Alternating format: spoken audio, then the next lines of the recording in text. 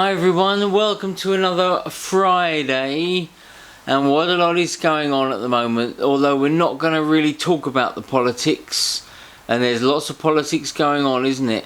Isn't there? Aren't there?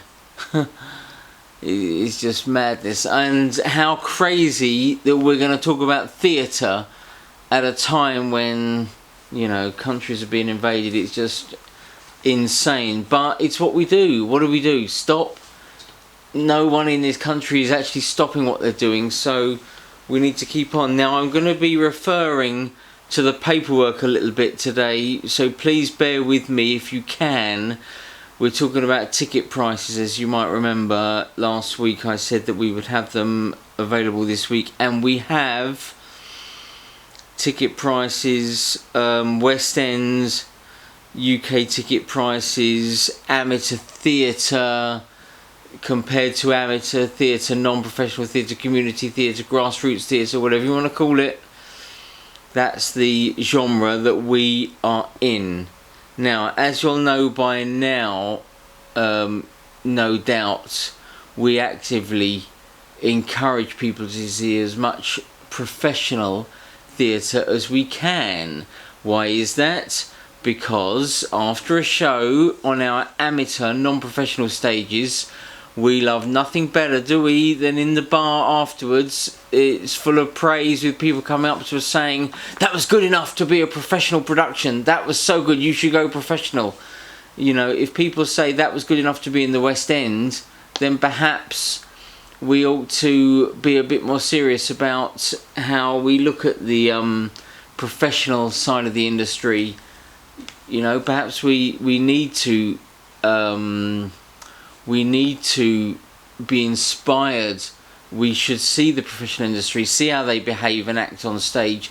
Because if we go to a professional production and take one thing away, if we're inspired by just one thing they do, then that's job done, isn't it?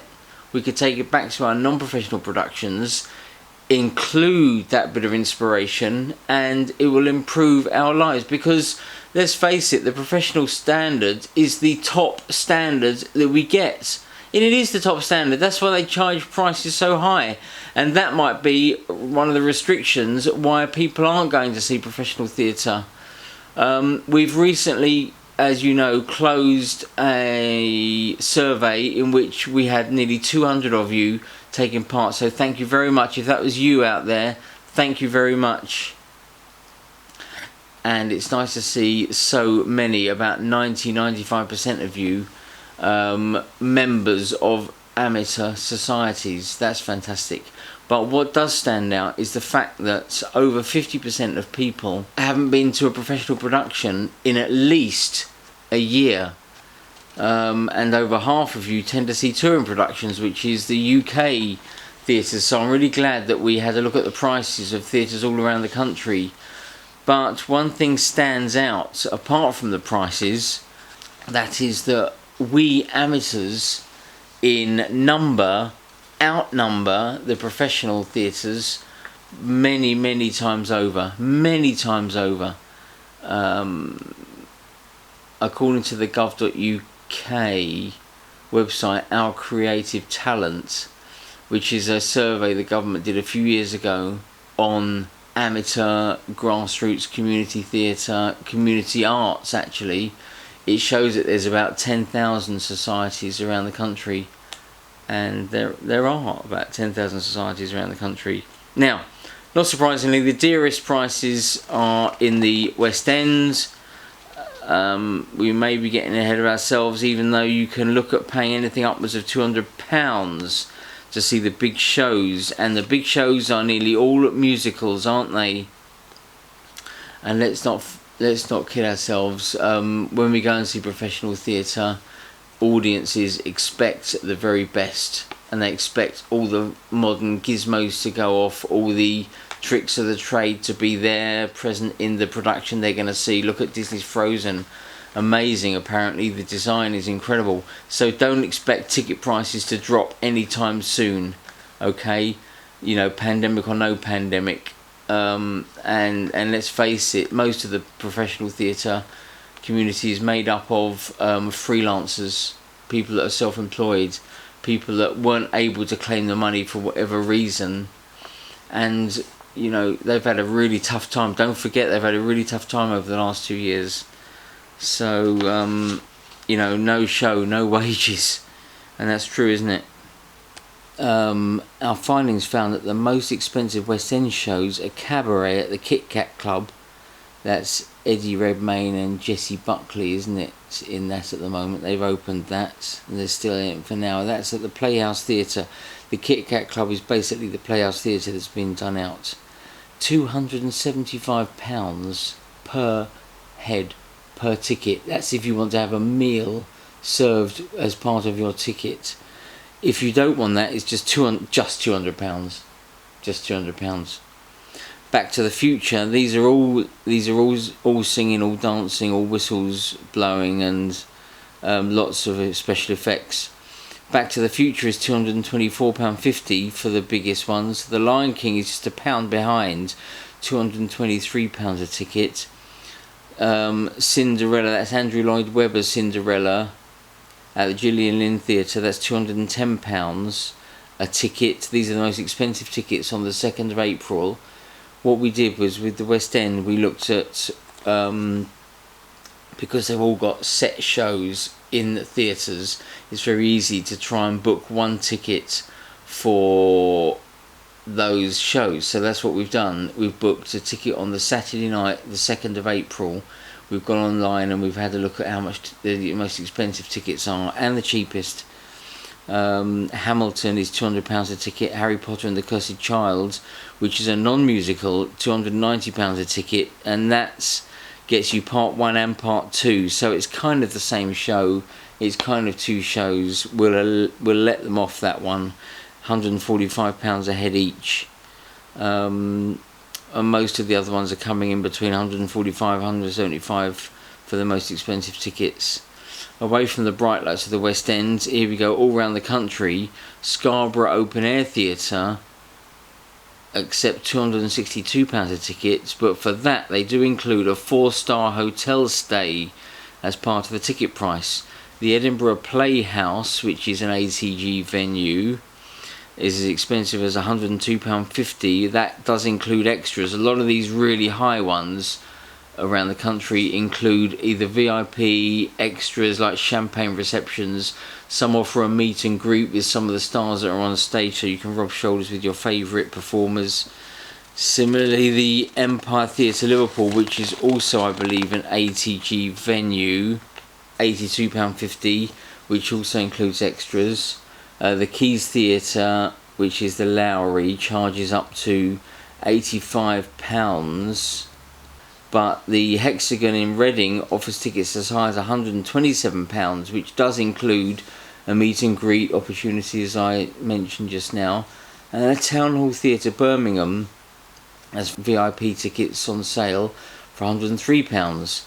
Elsewhere, touring shows have prices of between £65 and £80 per head for the most expensive, and they go down.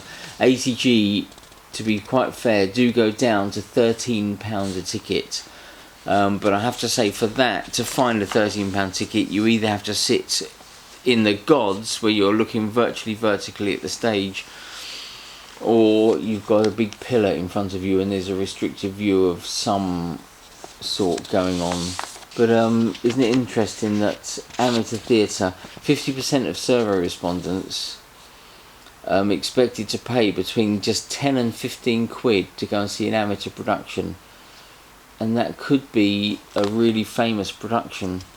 Any Shakespeare play, anything really, anything that's available to amateurs, and they've got the license, they've signed the contract, they get to perform it, even if it does come out in the West End. The dearest tickets to watch a non-musical available for a whopping £177.50, which is To Kill a Mockingbird. That's Rafe Spall, isn't it? The Gielgud Theatre. Or £150 to see Amy Adams make her West End debut in The Glass Menagerie this year. That's at the Duke of York's Theatre. You have to wonder if the difference for a drama is really justified because if you do get a very good, talented director in the non-professional sector and a really strong cast, drama-wise, I don't see why you can't produce something as good. We can emulate the professional counterparts, but you can obviously see your Hollywood star in the flesh, close up, like Amy Adams. I hear you say the plush seats, the prestige of seeing it in a West End theatre. You know, I do get the point. I know there is something special about going to the theatre, isn't there? But my point is still a valid one, though.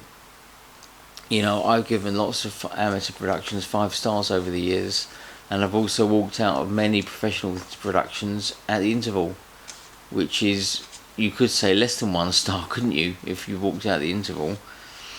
Now, I'm not going to tell you who they are, by the way, which shows they are, no matter how much you keep on at me.